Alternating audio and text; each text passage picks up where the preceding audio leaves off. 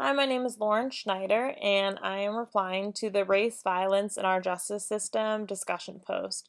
So, I first wanted to talk about Verna Meyer's YouTube video titled You Can Help Stop the Violence Against Young Black Men. I found that really interesting. She had three ideas to reform our images of young black men, and she had talked about some microaggressions, like locking our doors or clutching our purses. And I had first learned about microaggressions during Rethinking Race um, week, and that was the first time I ever heard about it. And now I'm just noticing them more and more, and I just thought that was interesting. Um, and then, so back to her three things. So, her first is get out of denial. She wants us to be real and realize that we all have biases and stereotypes. Um, and one is when the topic of race gets brought up, like in class, a lot of people they like to say, "Well, I don't see race." So, if you don't see race, how can you respond to the issue of racism?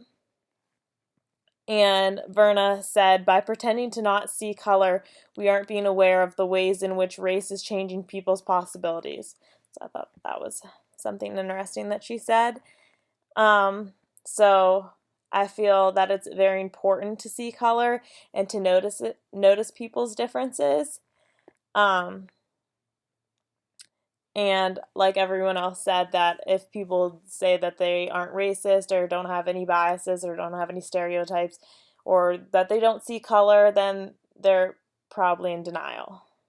Um, and then another thing that I found really interesting that she talked about is that people prefer white people, even if they are not white, even if they are black or Asian or Mexican, they still prefer white individuals. Um, and I'm a psychology major, and we watched this study about toddlers having a black baby and a white baby in front of them, and they always preferred the white baby over the black baby. And there would be we had black children and white children do the study, and always black or white, every child, not every child, most children preferred the white baby. And we would ask them questions like which baby is good and which baby is bad. Most children said the white baby is good and the black baby is bad. So these children are learning at toddler age to prefer white over black, even if they are black. And then she also said to look for information that disconfirms your biases. And I think that's really helpful to help stop racism. When I actually work with children right now, and when I see children that I feel like are racist, I will put them together, or even like sometimes I feel like my mom has like some racist tendencies, so I'll bring I have black friends, I'll bring them to the house, and like I'll be like, oh well, I'll tell them about them. It's just so she sees, oh, not all black people are one way. Oh, this person's in school, they're going to school for this, like they work here, like just just talking about, just so she learns about the good things that they're doing in their life, and just bringing them around the house to hang out with them, just to get to know their character, because I feel like a lot of times she might just not have a lot of interaction with other races. And just same with the children. I don't know where they go to school at outside of when they come to where I work at. So I don't know if maybe they don't, maybe they go to an all white school or what. So just like to um, have them find information about about their biases. Um, and then her second thing is to move towards young black men instead of away from them. She wants you to get uncomfortable. And I feel like that's very helpful. Um, and always say the best way to start to end racism is through experience.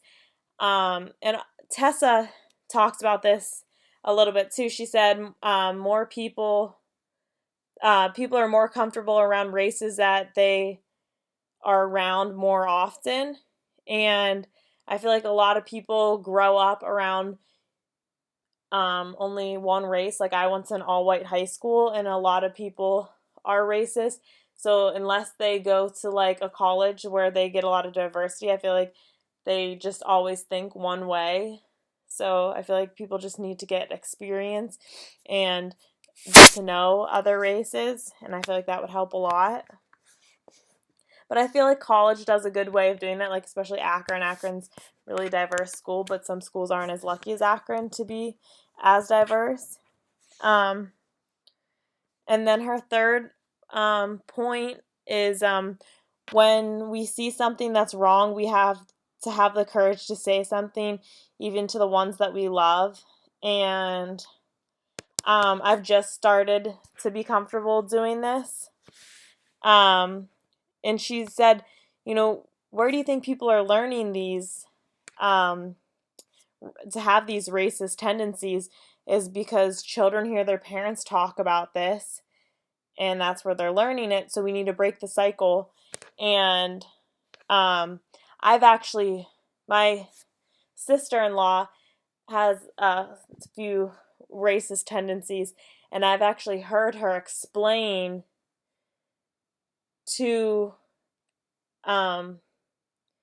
one of my brother's black friends that why she's racist, and her reason is because when she because when her grandpa, so not her, didn't happen to her, didn't happen to her dad or her mom, happened to her grandpa.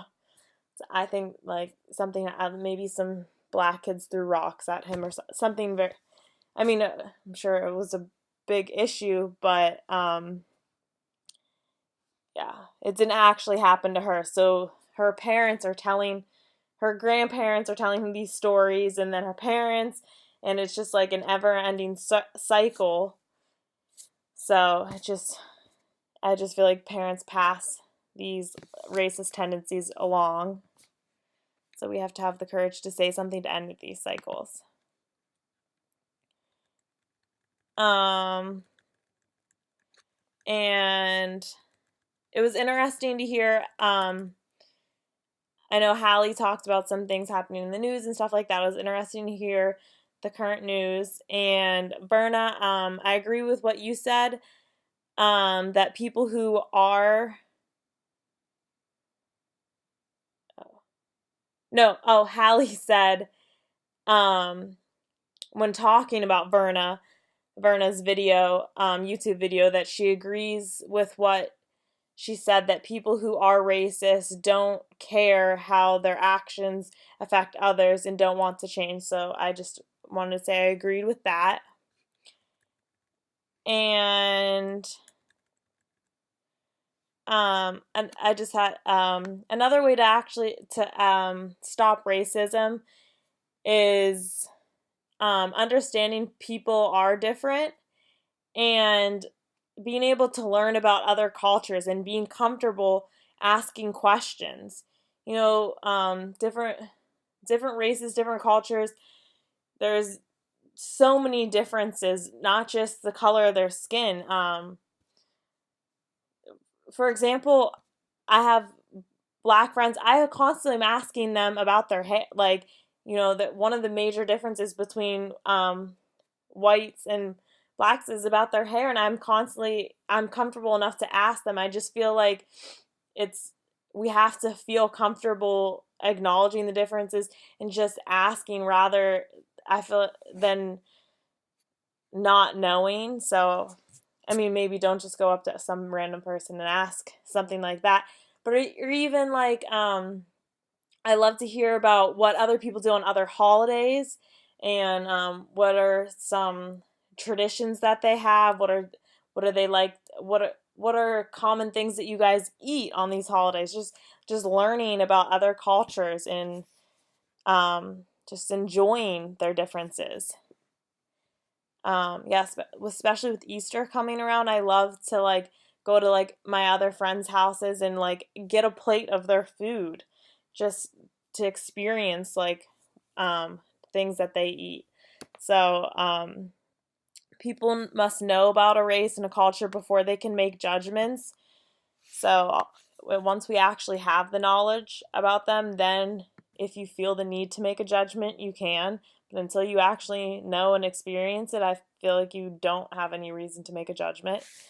And also just taking the time to get to know a person's actual character before judging, to decide if they're a good person or not is important. So, just some ideas I have to help stop racism.